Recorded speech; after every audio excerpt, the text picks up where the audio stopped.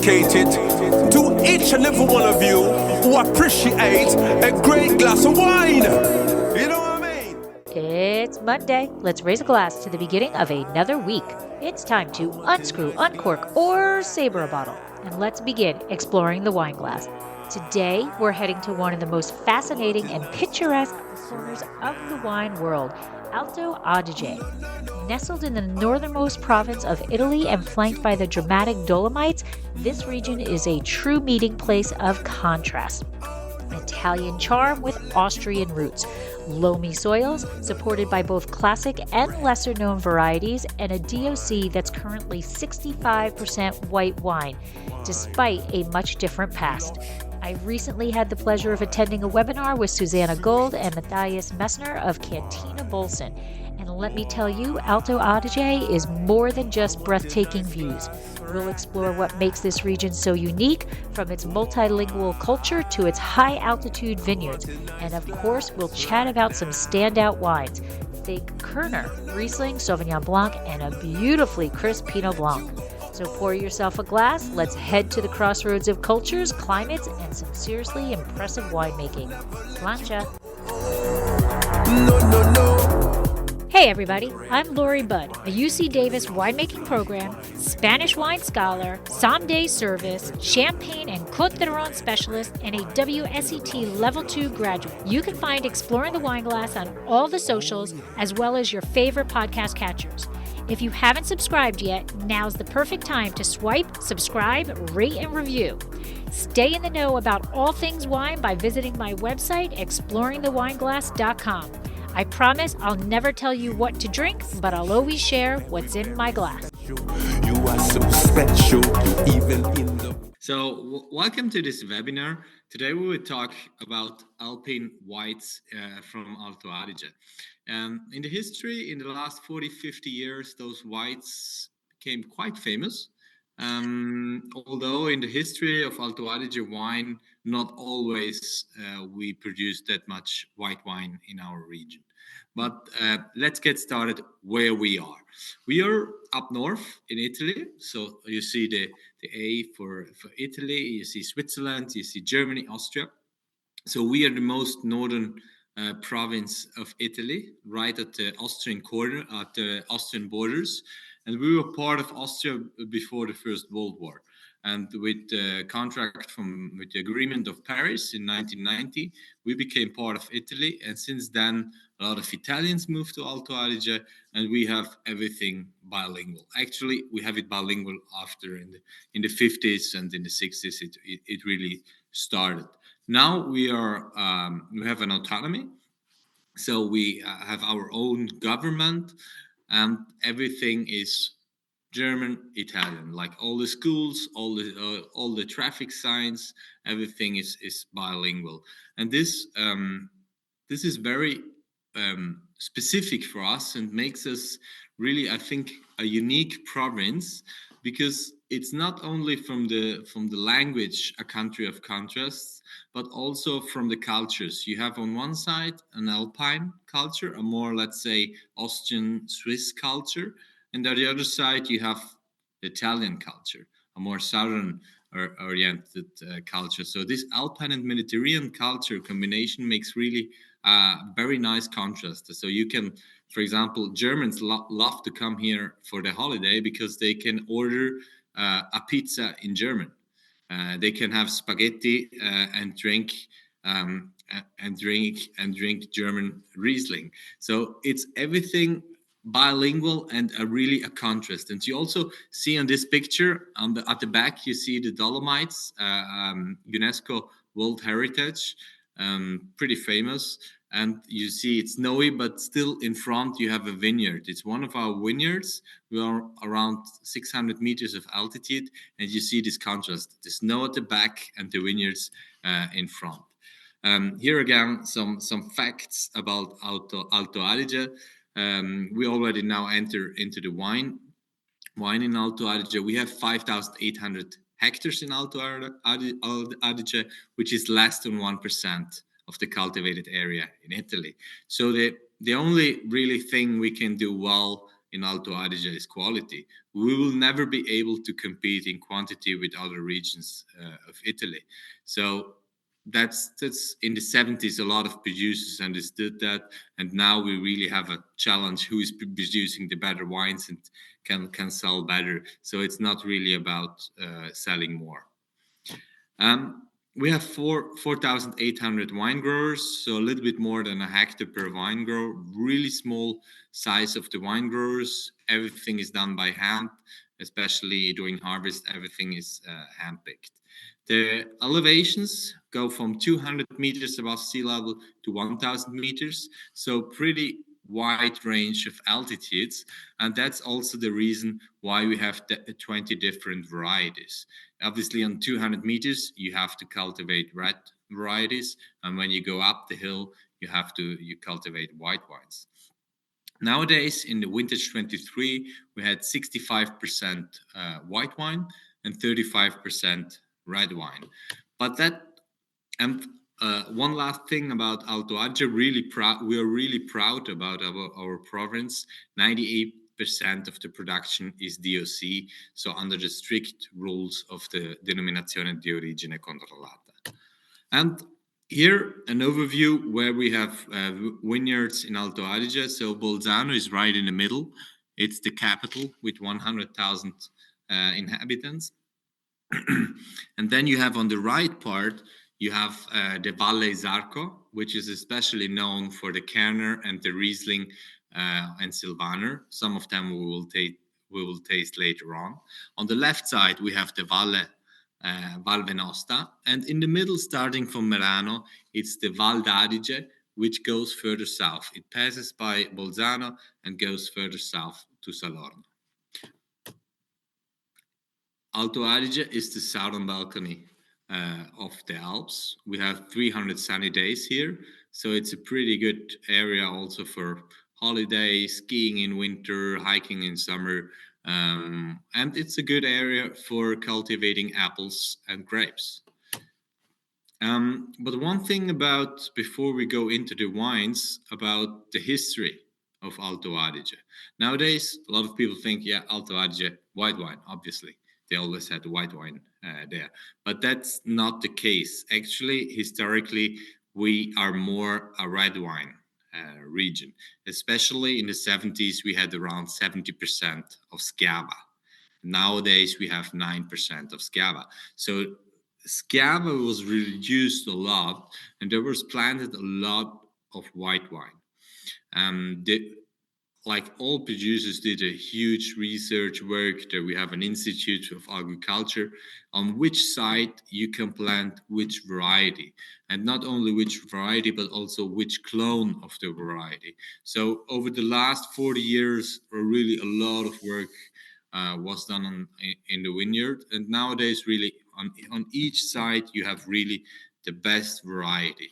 Only in a few cases where there's still some people who believe that Schiava should be on 500 meters, but these are really rare cases. On most cases, the right varieties are in the right sites. And here you see the change, the shift, only from 96 to 2022, which is 25 years. In 96, we had 38% of white wine and 62% of red wine. And now in 22, we came to 65% white and 35 red. So you see in this 25 years, really this shift from red to white. Can I ask you a question before you go on, Sure. Mathias? So in addition to site specification for where, which grape varieties were planted were better suited to which varieties and the shift from red to white, was there also a change in consumption? Was that part of it, generally speaking, or was it more based on the research? Definitely. I mean, we sold the Schiava especially to Germany and Switzerland, and in the 70s it was like mass production. We sold it in tanks. In these years, it moved. Nowadays, like Cantina Bolzano has a 98% DOC Alto Adige, and DOC Alto Adige has always to be in the bottle of 750 milliliters. So also, like in the 70s, we still sold tanks of Scava or red wine, or 2-liter bottles or 3-liter bottles. So nowadays it's like everything shifted to the 750 milliliter bottle, and everything is oriented on quality. And those German Swiss people, they just didn't drink that wine anymore. Thank you. Does anyone have a question before Mathias goes on about this sort of history or general Alto Adige part? Now, they're not regulated by the DOC Alto Adige, but there is an institute of research, and they worked a lot which clone goes best on which altitude. So it's not regulated, but there was done a lot of research. Okay, great. Yeah, here you see the different varieties in 23. So it's still the most cultivated variety is Pinot Grigio, especially in the southern part of Alto Adige. So when it comes to Salorno, or in close to the Trentino, where we have a lot of Pinot Grigio, it's pretty stable, the Pinot Grigio. What's growing is definitely the Chardonnay. So probably the Chardonnay in the next 5 to 10 years will also go above the Pinot Grigio. The third one is Gewürztraminer. Gewürztraminer for us is the best-selling variety in Italy itself. So if you go everywhere in Italy, you probably will find a Gewürztraminer from Alto Adige on a wine list. Then we have Pinot Bianco. So the first four varieties are white, then followed by Pinot Nero, Pinot Noir, Blauburgunder, we call it in German, Lagrein, Sauvignon, Schiava Fernache, and then we already have a jump to Merlot Cabernet, Merlot Thurgau with 3%. And you also see Kerner and Riesling, which we will taste later on. They're around 2%, and that's pretty small.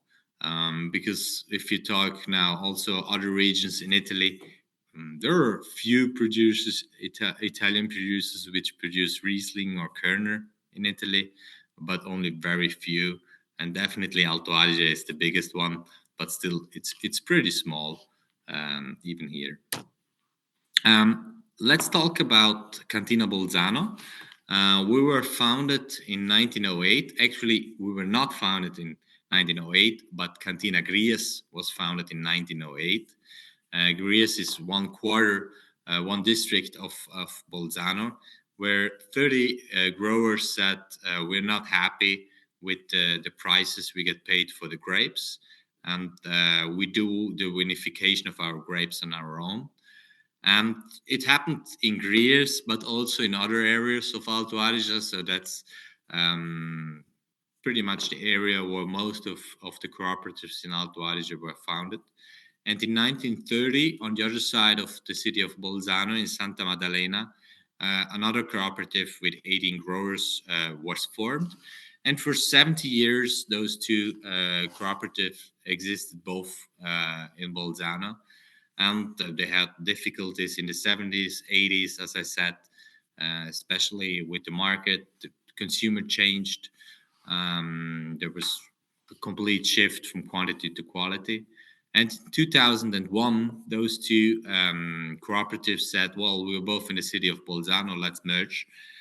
They combined the resources. And since they merged, the first thing, the first topic was always, we need to build a new winery. Because they had those two sites, there's still like 15 to 20 minutes of traffic away from each other. So you can imagine all those employees, all our people moving from one side to another was pretty complicated. So in 2015 they decided, and in 2016 they started to build a new winery here in San Maurizio. And they did pretty cool stuff because they entered 40 meters into the mountain. They made a gravitation winery where the grapes arrive at the top and they'll work downwards. You will see it All you see it. I have a picture later on to show you this, and that's then in 18 when we opened.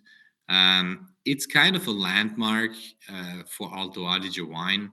You will find it also on a lot of Alto Adige articles and so on. But not only for wine, even for the city of Bolzano. So if you stay at a hotel in Bolzano, a lot of people you will probably see at the entrance at the reception a picture of this. We're one of the top sites to visit in Bolzano when it comes to TripAdvisor, and what you see with the lights is actually the building. I'm now right here on the first floor. So that's our meeting room, and on the ground floor we have our shop. Then two floors as offices, a big room for meetings, and all the winery is hidden into the mountain. And really, what you see here, all the machines come up here. We kind of form an eight. That's the way how we can do a lot of altitude in the shortest distance, and the grapes arrive at the top, and we can work them downwards for 40 meters. Now I don't have a picture to show you that, but anyway, the grapes arrive really at the top and are worked downwards. And what we have at the bottom is here we have the barrique cellar, but down here you don't really see it in this picture is the bottling system. And it was the first climate house of wine. We have a photovoltaic system where we can produce about one third of our energy with solar energy. It's a pretty cool system. Also with the air conditioning, we can always use the mountain air in summer to cool down. Usually the mountain has 3 to 4 degrees less than outside. And in wintertime, the mountain actually is always a little bit warmer, about 1.5, 2 degrees. So we don't have to heat up too much, but we can always use also the heat coming out from the mountain. So Mathias, before you go on, Lori has a question, and she asked, how steep are those vines? They look like they can qualify for heroic viticulture. These wines at the winery, yeah, they are Cabernet, and they're not really steep. They look maybe a little bit more on this picture. You will find some more pictures later on where they're way steeper. They are more for show. For sure. I have a question. It looks like it's a big grape leaf, right? It's a leaf. It's a leaf, yes. It's a leaf. What is it made of, the leaf? Do you know what material that is? It's a metallic aluminium.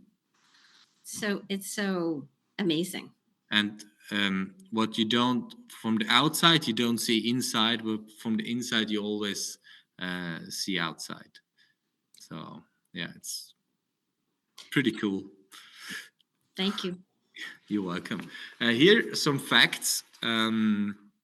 We have 224 wine growers. They are actually the owners of our winery. Our cultivation area of 340 hectares, and pretty much half red, half whites. We will always have more red than the average in Alto Adige, but because the basin of Bolzano is famous for Lagrein and Santa Maddalena, especially down the valley. So these two varieties will always be more important for us than in other areas of Alto Adige. A few words about the cooperatives, the co-ops in Alto Adige. Now, around 70% of the surface of the 5,800 hectares are ruled by cooperatives. So the wine growers deliver the grapes to cooperatives. The cooperative system in Alto Adige is now one of the leading when it comes to quality. We have 12 cooperatives in total, and we also see in this system a very sustainable way to work, because if we sell well our wine, we pay 224 families well. And this means it's not just one family which earns a lot of money, but it's 220 families, and those families are all in the society, in the population, which for us it's also important to get the wealth to these 220 families in Bolzen. About 14% of our vineyards are flat and 86 on the hillside. And it goes from 200 to 1,000 meter. Here you see, we're starting to see a little bit steeper vineyards. Here we are on the eastern side of Bolzano. Here you also see the basin of Bolzano at the back. It's actually a volcanic crater 300 million years ago. It was a crater and the lava got solid. So now the main soil we find here is porphyry with some sandy areas, some areas which are more loamy or less. And it's pretty interesting that usually in summertime we have a lot of cold winds coming down from the mountains, especially if you move up a little bit. Like here, we are around 450 meters. This is the area of Kleinstein. And here you always have a nice wind from the mountains, and you can have even 5 degrees of temperature difference between the basin of Bolzano and above here on 500 meters. Is it the Tramontana, or does it have another name, your wind? We actually don't really have a name of. We call it more like the Dolomites wind is one when it comes from the Dolomite, or we have the wind coming from Val Sarentino. That's very interesting. I visited Bolzano a couple of years ago with my son, and I can say they have an amazing science museum. And I was shaking my head because they talk all about that crater that you're mentioning in the science museum. Lori, you would love it. Lori's a scientist.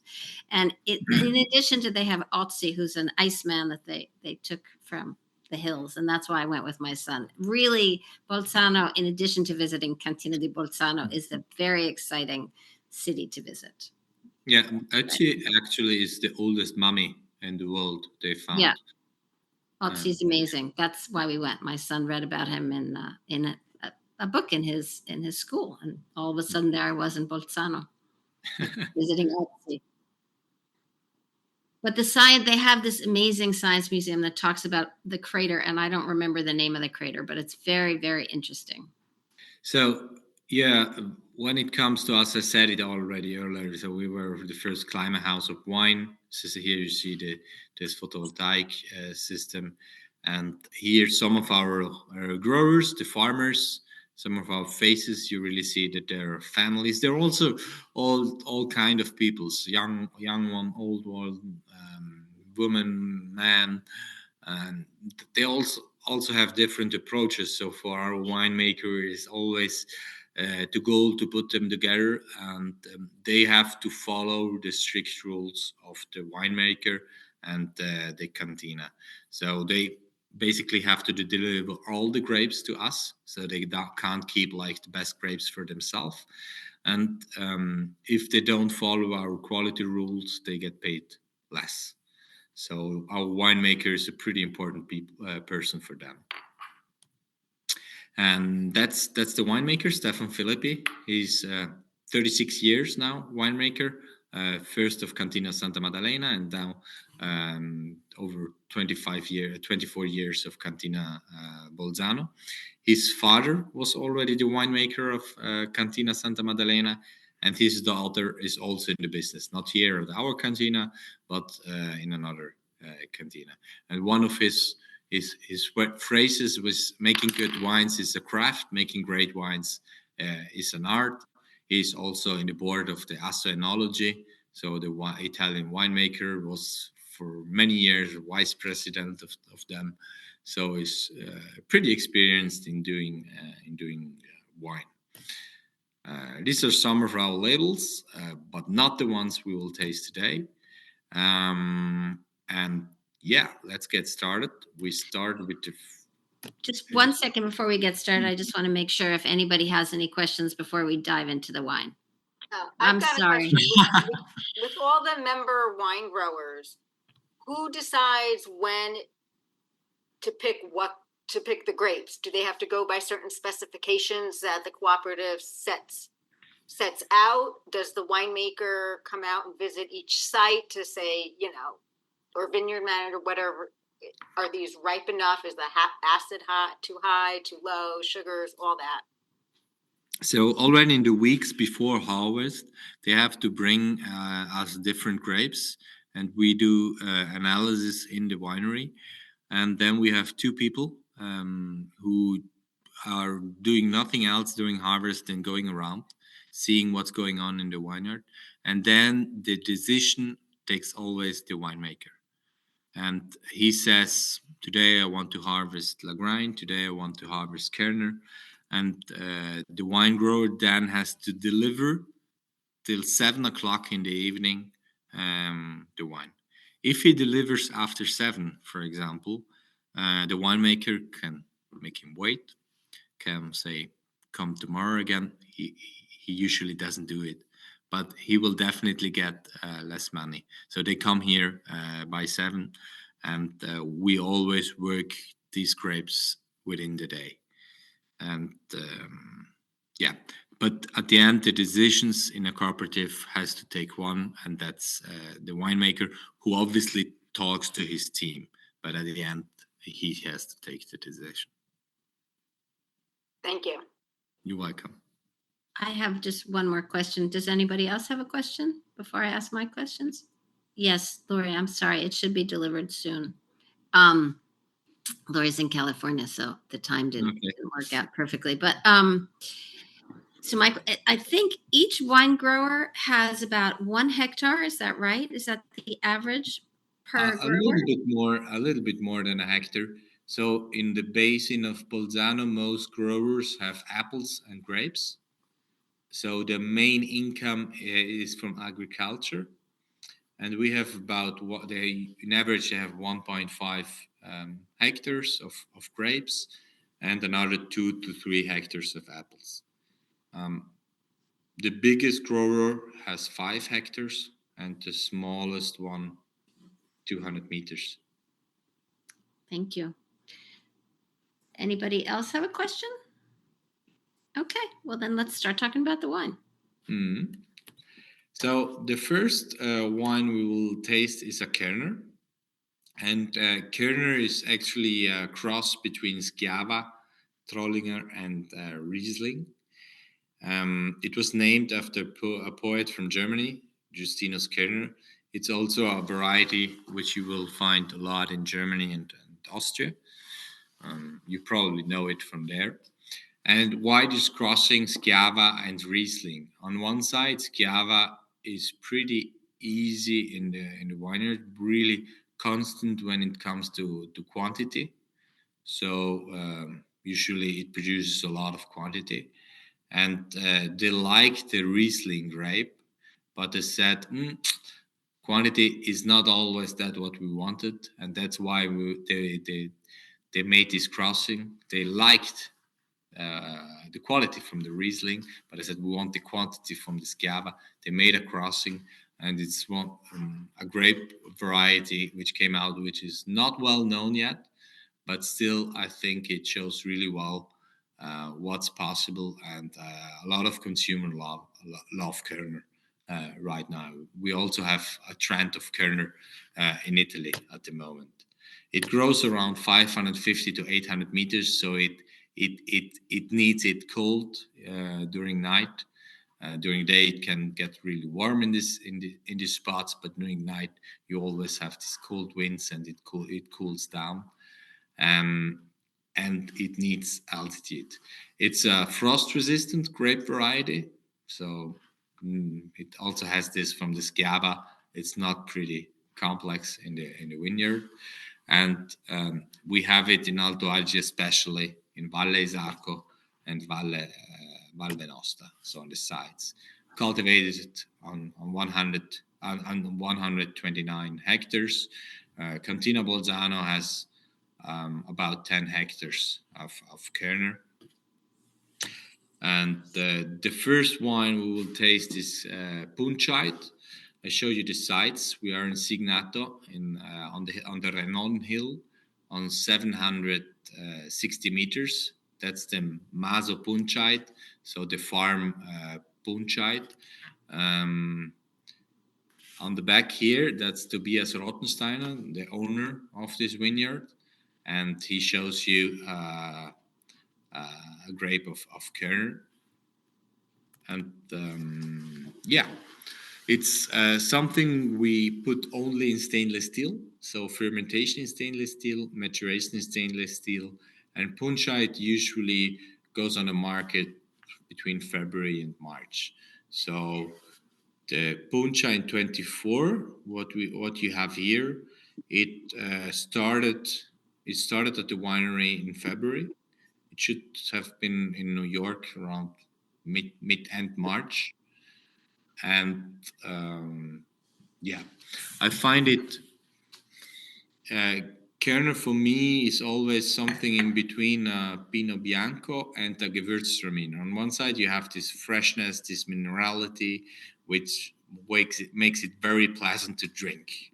And on the other side, you have these flavors, these aromatic notes. It's not an aromatic variety, but kind of semi-aromatic, which adds complexity to the wine, which adds a lot of fruits, and it makes it so balanced, this acidity, minerality, and the fruitness all together. I find it a very, very nice and pleasureful wine. This is Debbie's first Kerner. She's never had Kerner before, so that's really fun. How many know Kerner? This is really nice. This is beautiful. Isn't it beautiful? Oh my God, the nose. I'm sitting here. You can hear me. I'm muted. I'm like, oh my God, this is beautiful. No, it's beautiful. It's got great texture too and structure. I actually love this wine. And Mathias and I, before you guys got on, I was talking about why we would have taste this first compared to the others. What was the reason that he chose to taste it first? And he said he and their sommelier discussed tasting by year. So it's because it's the most recent vintage of Kerner. But I also had something else I wanted to mention that now escapes me. Has everyone else had a Kerner while I'm thinking of taking time to figure out what else I wanted to say? Joyce, Lisa, Phil, Lauren, have you had Kerner before? I had Kerner before. It's I found it very aromatic to me.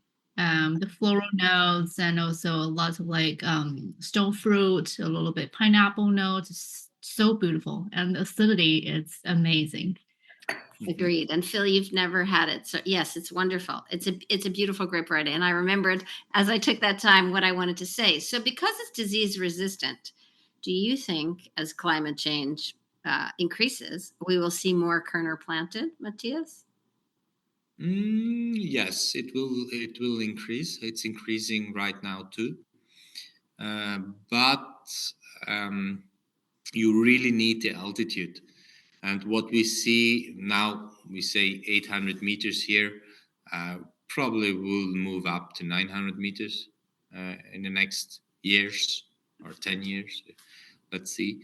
But we see that it's really, it finds consumers because it has this lightness but still full flavored. It's very balanced. It's something what when people understand what Kerner is, they love it.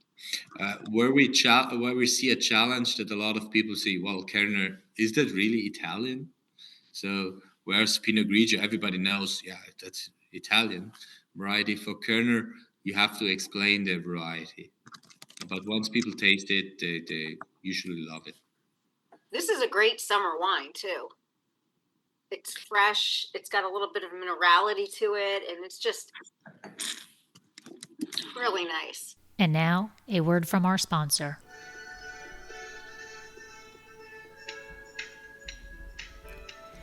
Dracaena Wines loves to give back. There are so many fur babies that deserve to find their forever home. We would love to be able to help as many as possible.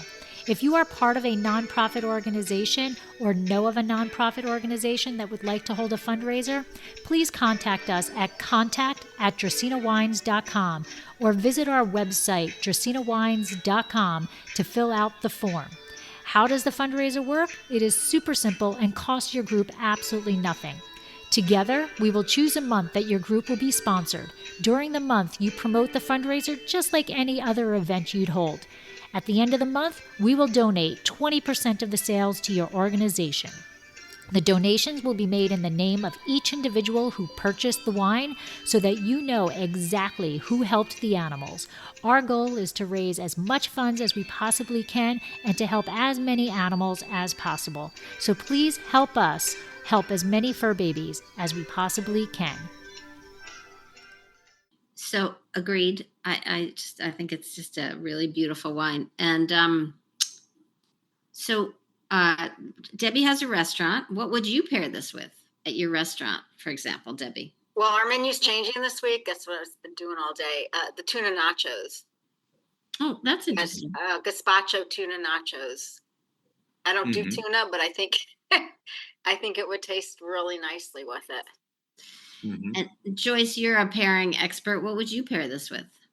I think it's quite fruity, so also there is some spice note to it. Immediately jump it to me like spiced seafood, Thai food, Thai curry. Mm-hmm. It also can pair with like spicy Chinese food. I can see that. I had Indian food yesterday, and I can also As Indian food. I had great tandoori chicken, and I wish they had this wine on the list. I have to signal that restaurant to Omni Wine. So, nope. Their distributor in the New York region is Omni Wines. Of Cantina Bolzano in general in Alto Adige, 2%. Wow. Yes, it's not a lot. But we see increasing demand, so probably it will grow, but it takes time. Well, yeah, it's a really, really great wine. And I asked Mathias before you guys got on whether they make sparkling Kerner, and he said nobody's really doing that at the moment. I was just thinking about that as a possibility. Okay, let me let you go on, Mathias. Sorry. One thing probably Kerner also really represents is this mountain whites. So when you think about Alto Adige whites, I think Kerner is really also showing what are these mountain whites in Alto Adige. And here, a food pairing that we said, well, this could work well with Kerner. We put it with a salad, artichoke pear and pecorino salad. So really summer salad. And here I must say, I've never their portions are not small in Alto Adige. You have these amazing salads that are huge, at least at the restaurants that I've visited. I was quite surprised, really very abundant. Is that correct, Mathias? Yeah, it depends on the place, but yeah. Yeah, they were pretty abundant, delicious, amazing salads.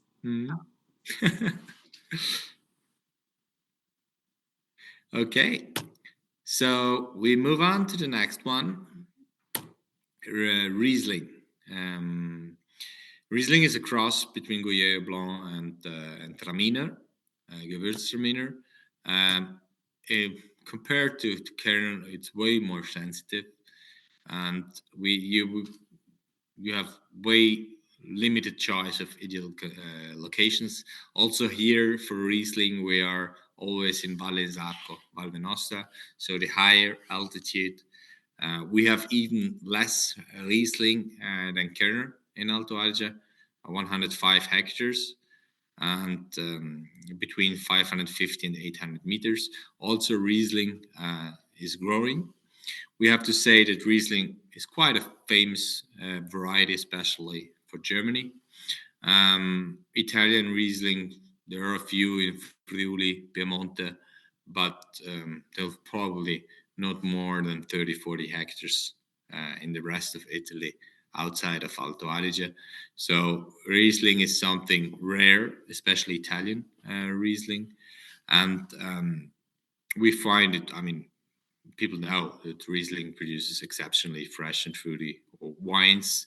Also here, very nice, elegant acidity, but a different style of wine compared to the Kerner. A little bit less fruit aromas, and usually for the Riesling, it goes more on the petrol side. You still have the fruits, the apples, can have some exotic fruits of ananas, pineapple, sorry. But at the same time, you have always a petrol, a note of petrol. When it comes to our Riesling, we have it Hochkofler. We are always in Signato Renon, close to the Punschheit, to the and so you'll have always a sight, a watch to the Dolomites here at the back. Hochkofler is still the name of the farm. Also Riesling, we fermented it in the stainless steel. We mature it in the stainless steel, and between February and March, we bottle it. And we also see that Riesling from Alto Adige for good years has a high potential of aging. So we had like 6-year, 7-year-old Riesling, exceptional. The petrol notes get a little bit more intense than for the fresher or vintages, but they really show really elegant, especially if the year allowed us to get the best Riesling grapes. It's not all the years because, as I said, Riesling is a sensitive variety, so it needs a lot of work in the vineyard. It needs sites where you have a lot of winds keeping diseases out of the vineyard, and it's not possible all the years. Here we have vintage 23, which was a good year. Actually a very good year for Riesling. And let's enjoy. Who had Riesling from Italy before? I don't see you. I've had Riesling from Alto Adige and from Oltrepo before, but not really other regions. I don't know about anybody else. Anyone else? Lori, you've had it from Alto Adige? Lori has a question.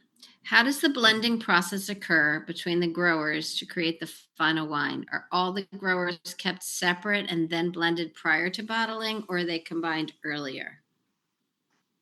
Sorry, Susannah. I see someone in the waiting room. I just let him in. Someone's in the maybe John? Camacho. Probably that's Camilo. John. Okay. Who was in Miami? Hi, John. So the blending is done by a quality group. We have for each variety different quality groups, which already during the year over the years, the winemaker together with his team said, you are in one quality group than another. This is based on the vineyard, how they work, and usually and always there is a yield goal.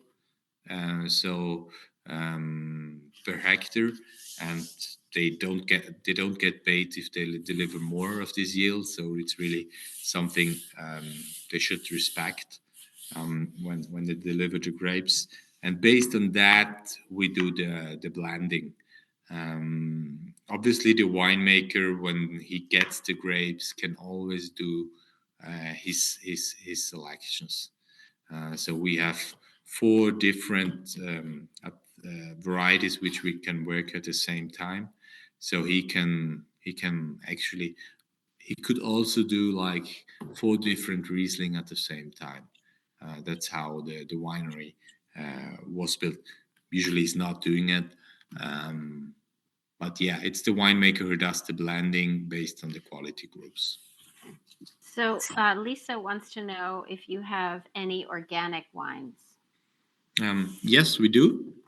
We have about 5 hectares of organic wine, having 225 growers.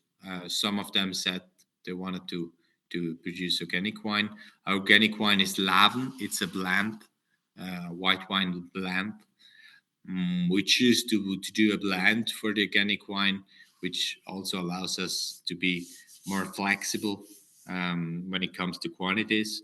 And we'll probably over the next years add a Pinot Nero or at least a red organic wine. So yeah, it's also something in the cooperative. We wanted to give the organic wine a chance and it's actually selling very well because organic wine are requested, and yeah, we're selling a good market, so probably more growers will follow. Yeah. Yeah. The follow-up question is, are they available in New York? Are they brought in by Omni? Do you know, Matthias? I think so. I think Okay. so that he has lab. Yes, he does. For sure, they are in the US. Um, I think Omni has lab too. Yes.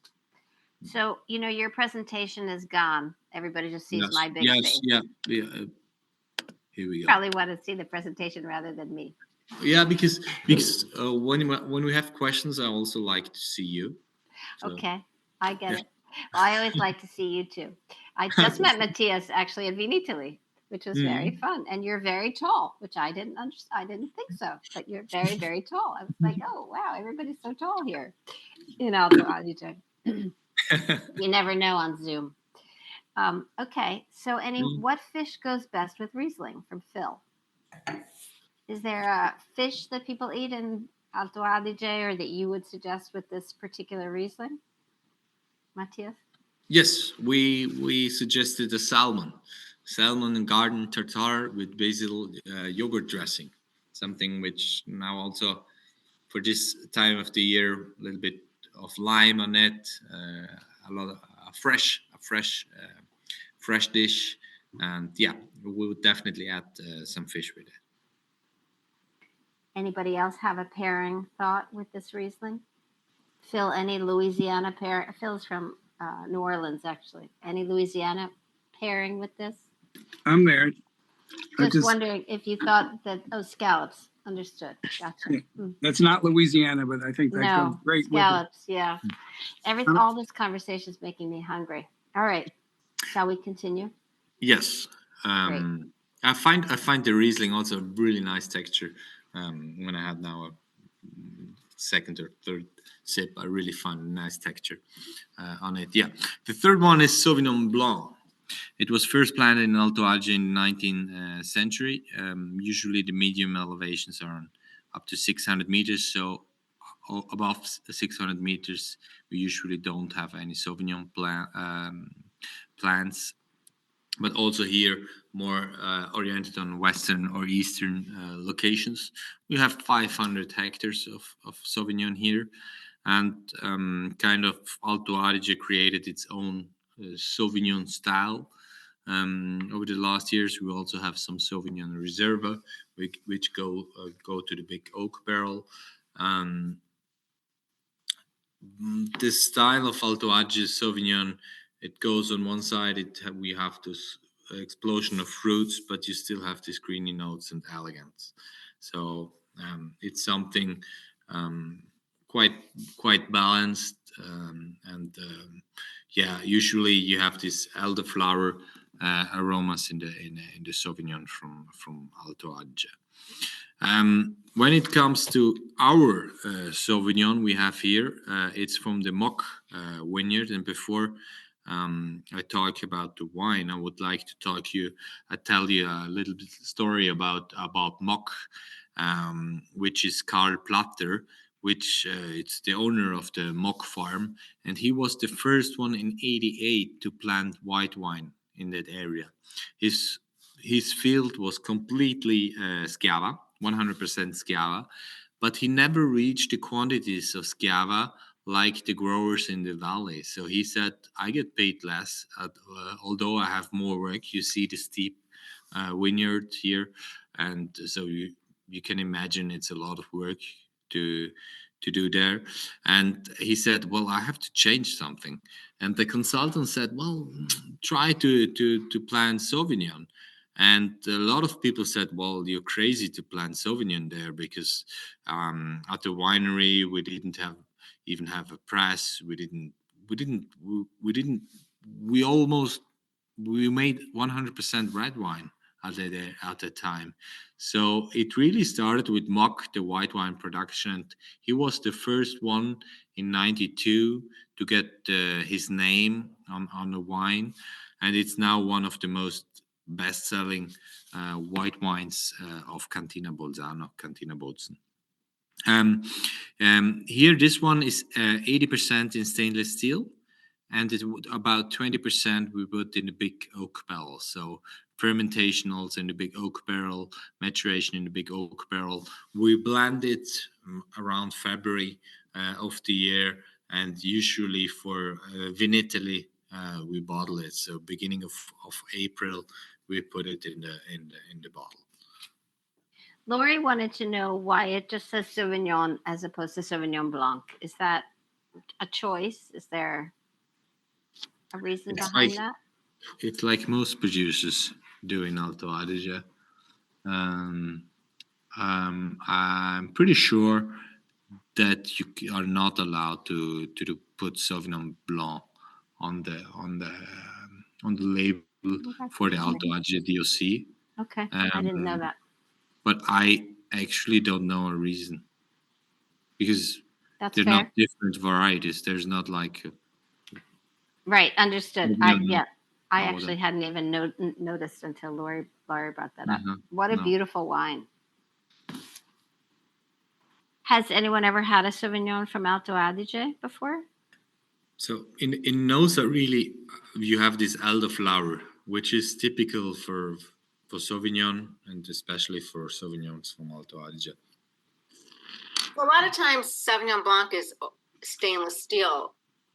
Why the oak? I mean, I know it's in part natural because it's such large berries. Well, we want to add some texture to the wine to give him some creaminess. Okay. And that's why we decided to put in the big oak barrel. Okay. Is this a bestseller in Italy, or is it more abroad? What's kind of the everywhere? Everywhere. Yes, even in the US, Germany, Italy. Yeah. How would you compare an Alto Adige Sauvignon to one from, let's say, New Zealand or another region?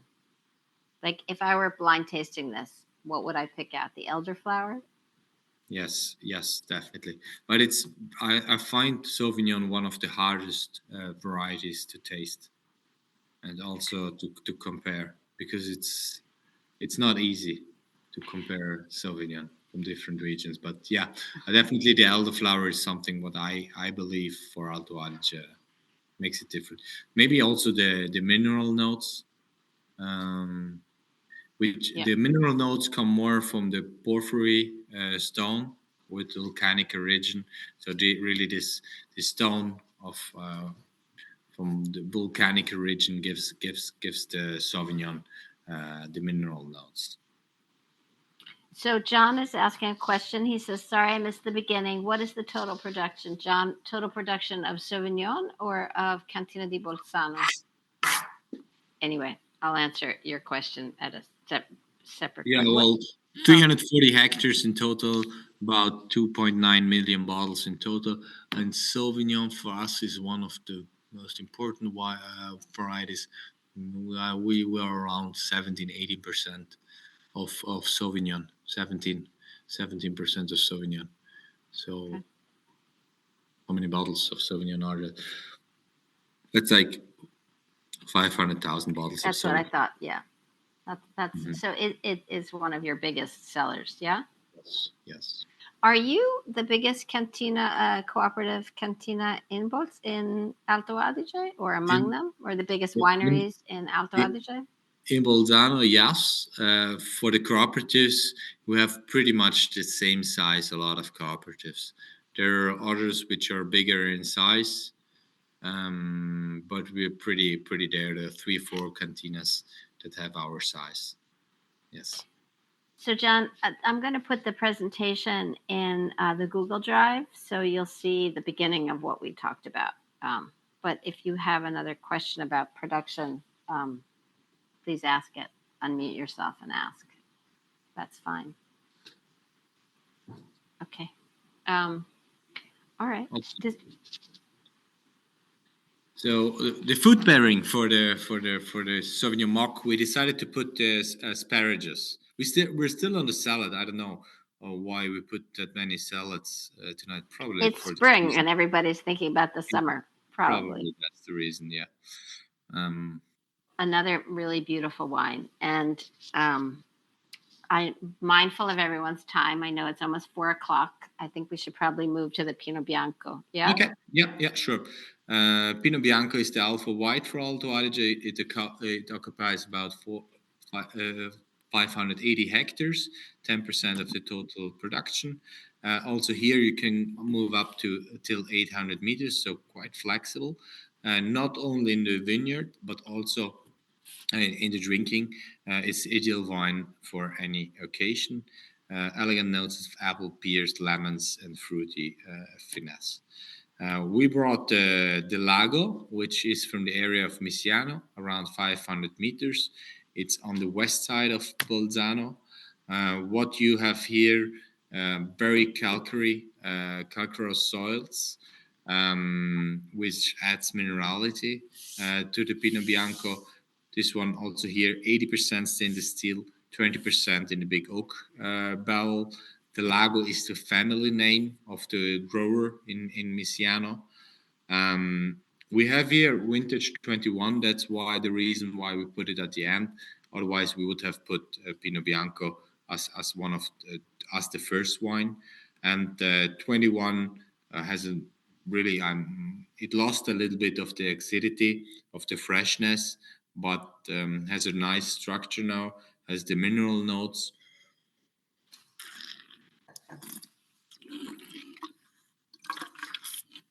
Still this greenish borders in the glass, and a lot of pears and golden delicious apples. And for the food pairing, we put a risotto, Jerusalem risotto with artichokes, mushrooms, some topinamur inside. So here already with some buttery. So really also a fat risotto, which I think this Pinot Bianco from 21 can compete. In terms of the structure. Yes. So are these two wines that are in this bottle shape, they are from which of your collections? Because I was just remarking on, we have the two Riesling, the two Renano bottles and the two not Renano bottles. And are they from two different lines? Yeah, they are. We have the Renana bottles, the Kerner and the Riesling. We have like in our mountain line where we do these high altitude whites, and the Mock and the Lago are in the Lection line, which is our medium range wine. So, okay, that's what I thought. But you make a lot of wine, so just clarification in terms of if somebody goes to your website to find more information. Yeah, just really wonderful wines. We did this webinar on white wines, and a couple of months ago we did a webinar for red wines from their region. And I have to say that, equally as impressive in terms of structure and elegance, all of your wines, red or white, just really, really fabulous wines. And I'm sure does anyone want to know prices? I know that's always a question. So while we have Mathias, I'm happy to answer that question. Have him answer that question. Well, they're pretty similar. So the Kerner is about retail price $25, which I find a very good price. Riesling is also 25. The Mock is 28, and the Lago, the Pinot Bianco, is 27. So they're pretty much in the same price range, all four of them. Okay. Thank you. I have to say they were all wonderful. Really nice expressions of the grape. The Lago, for me, it screamed fall. I don't know why, but the aromas and the flavors took me to like a fall apple harvest festival. I love Pinot Bianco. It's just a grape that I really, really love in all of its iterations. And this one certainly didn't disappoint. And it shows about the aging of a white as well. Absolutely. Yeah, and for this, probably Alto Adige the last 5 to 10 years worked a lot on aging and showing the aging potential of whites. This helped a lot to show the potential of the region when it comes to white wine. Yeah. And I think many people don't understand like the whole aging. They think whites have to be drank here and now. And it's nice that we can taste and spread the word on, aging whites are just as good as today, drinking the next year. I think that's absolutely true, that people do think whites need to be drunk today, but there's been so much work done from wineries such as yours, Mathias, and others on promoting longevity of white wine as well. And I feel like maybe it's catching on a little bit as something. I certainly hope so. And Lauren said she loved the ripeness on all of these wines, beautifully balanced with tart acidity, great food partners. Completely agree. And Lori adds, it's a bargain. I love the Kerner and the Weissburgunder. Definitely shows it can age. Absolutely. What do you think, Mathias, about what? I know you haven't been that many years in the winery, but have you had an aged version of any of these wines that you could tell us about? Well, for Mock and the Lago, we definitely had. For example, the oldest vintage I had now was 2008, 2009, both of them. It obviously loses a little bit of a lot of the acidity, so the freshness gets less. But it adds to structure, and also for the Pinot Bianco, you already see it here. It's very smooth. It's more very nice texture, but it lost a little bit the freshness and the acidity, like a new vintage of the Pinot Bianco del Lago would have now. But we see aging potential for this 10 to 15 years easily, and if you have then a great year like 21, I think you can leave it even longer. We just don't have that experience because people think, well, white wine was always produced here in Alto Adige. But as I showed you also earlier, in 96, 25 years at the beginning, nobody thought, well, let's age these whites. But it was kind of like the last 10 to 15 years that people started to put things aside and see now what's the potential. And probably the next 10 to 15 years, we see even more wines coming up, which are longer aged. I certainly hope so. Do you also make blends? We do have the organic blend, and then we have like our top blends. We launched 2 years ago, Tal White and Red, and that's a blend of Chardonnay, Sauvignon, and Pinot Grigio. It's like our top white wine. And how has that been selling? Has there been a reception to that here, for example, in the States?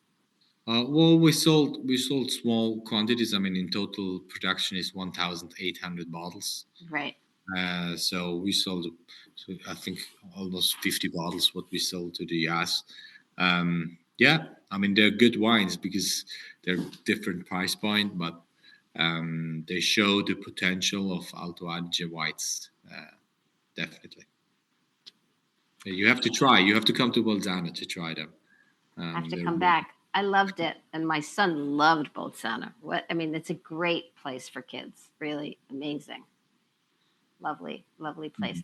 So does anyone have any more questions while we have Mathias? Of course, it's 10 o'clock at night for Mathias, so I'm conscious of your time. But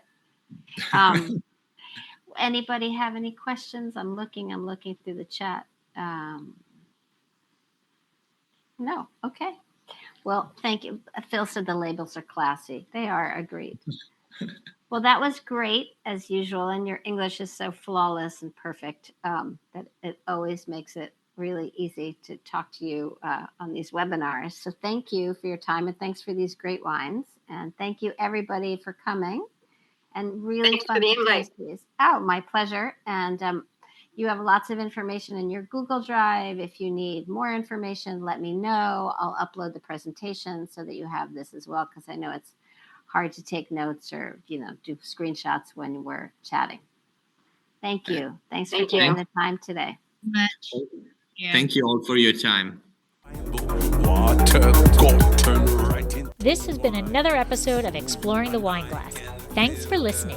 If you have suggestions on what topics you would like me to discuss, please reach out on social media. You can find me on Twitter, Instagram, and Facebook as Exploring the Wine Glass. I am also on LinkedIn as Lori Hoyt-Budd. Of course, you can always email me at exploringthewineglass@gmail.com and sign up for my newsletter at exploringthewineglass.com. If you enjoyed what you heard, please rate, review, and subscribe to help others find me more easily. And most importantly, tell your wine-loving friends, because if you like the podcast, they will too. Podcast music is Wine by Kevins. Until next week, sláinte. I want a nice glass right now. I'm on T-Best for my